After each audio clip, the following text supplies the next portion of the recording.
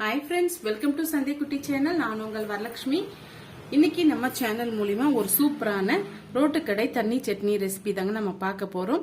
அதுக்கு தேவையான பொருட்கள் என்னென்னு சொல்லிட்டு நம்ம பார்க்கலாங்க. நான் 15 பச்சை மிளகாய் எடுத்து வச்சிருக்கேன்.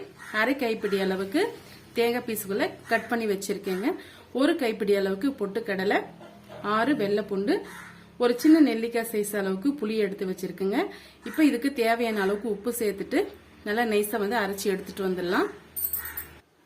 பாருங்க, நைஸா நம்ம அரைச்சி எடுத்துட்டு வந்துட்டோம். இந்த பக்குவத்துக்கு இருக்கணும். இது போல இருந்தாதான் இட்லி தோசைக்கு ரொம்பவே சூப்பரா இருக்கும். இப்ப இதுக்கு ஒரு தாளிப்பு ஒன்று கொடுத்துடலாம். அதுக்கு ஒரு கடாய் ஒன்று வச்சுக்கிட்டேங்க. தேவையான அளவுக்கு ஆயில் சேர்த்துக்கிட்டேன். 1 டீஸ்பூன் அளவுக்கு ஆயில் சேர்த்துக்கிட்டேங்க. 1 டீஸ்பூன் அளவுக்கு கடலை பருப்பு, 1 டீஸ்பூன் அளவுக்கு உளுந்தம் பருப்பு எல்லாம் சேர்த்து நம்ம நல்லா ப்ரௌன் கலர் வர வரைக்கும் வதக்கி விட்டுக்கலாம். இப்ப இது கூடவே அரை டீஸ்பூன் அளவுக்கு கடுகு சேர்த்துக்கலாங்க. கடுகு நல்லா உடைஞ்சு வந்த உடனே ஒரு 1/4 டீஸ்பூன் அளவுக்கு சீரகம் சேர்த்துக்கலாம். இது எல்லாம் சேர்ந்து நல்லா பொரிஞ்சு வரட்டும்.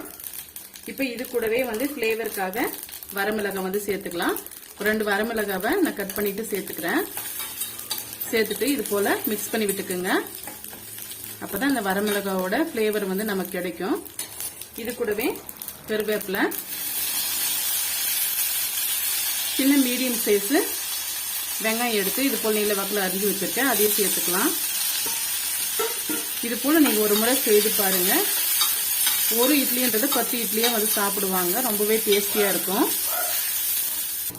பாருங்க, வெங்காயம் நல்லா வதங்கி வந்துடுச்சு. இப்ப நம்ம சட்னியோட சேர்த்துக்கலாம்.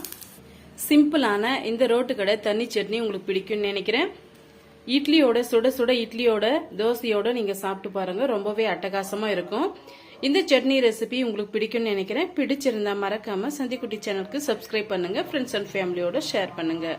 தேங்க்யூ ஃபார் வாட்சிங்.